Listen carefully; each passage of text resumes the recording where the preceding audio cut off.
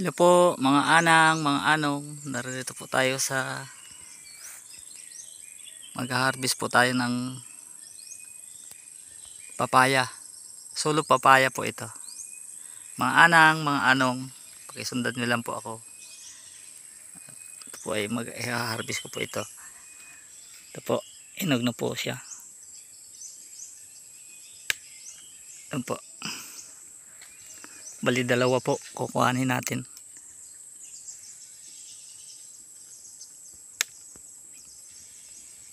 Po. Meron pa po doon sa isang puno. Mga anang, mga anong, narito po ako. Ayan po, bunga ng papaya. Solo papaya po ito. Ito pa po. Iwanan naman yung iba para po sunod na araw may ma-harvest naman po. Ito po, meron pa po isa dito. Wala na pong dahon. Mas po talaga yung init dito. Op. Okay lang.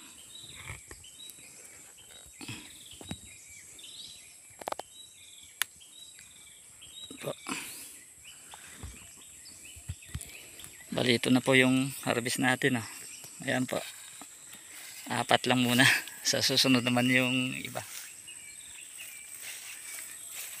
Sige po mga anang, mga anong. Ayun. Si Mrs. Nag-harvest din ng okra. Kakadilig lang po namin.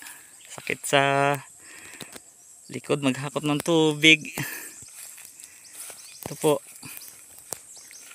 yung kinukuha na namin ng tubig po. Ito po yung drum namin, ito mga container. Ito po, ito yung mga drum po namin na lalagyanan po ng ginagawa naming concoction po.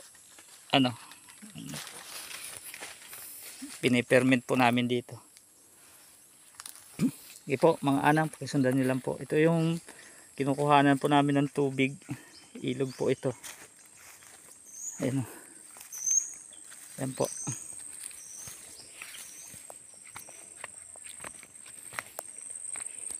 Ituturo ko po kayo kung paano po namin kinukuha yung tubig dito sa ilog.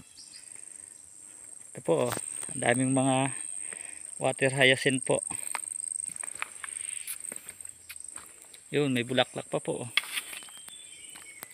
Yung ilog dito, ayun po, sa unahan pa po, ang dami pa, natakpan. Dami pa po doon, mga bulaklak po ng water hyacinth. Yun. Ito po yung tubig malinaw po ito, malinis po. Ayan. Dito po kami, ayan po, water hyacinth po. Sige po mga anang, mga anong, balik tayo doon sa taas para po makakuha lang po ako ng long video. At ito po yung talaga naming obligasyon o gawain. Ayan po. Sinabit ko lang po dito.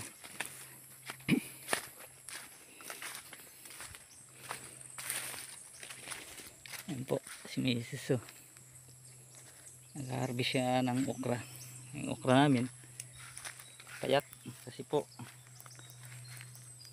sa po ng tubig, ng init, nakulang din po sa tubig. Ito yung mga lemongrass namin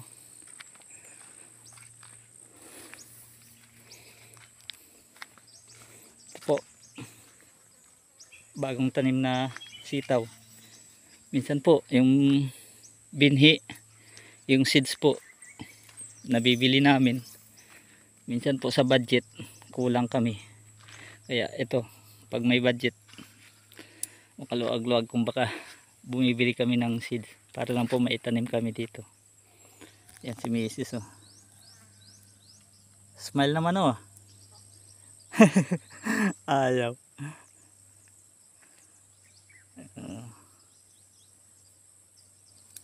napagod na din yan. Kasi po siya ang partner and crime ko po dito sa gulayan na organic po ito ha. Na tangkilikin nyo po ang organic po dito sa Aklan. Maski na lang po dito sa bayan ng Altabas. Dito ko po dinadala yung produkto namin. Sige po, mga anang, mga anong, ito po yung gawain po namin. Halos dito po kami nalalagi. Doon po sa unahan, doon po yung taniman namin ng ampalaya. Sige po, mga anang,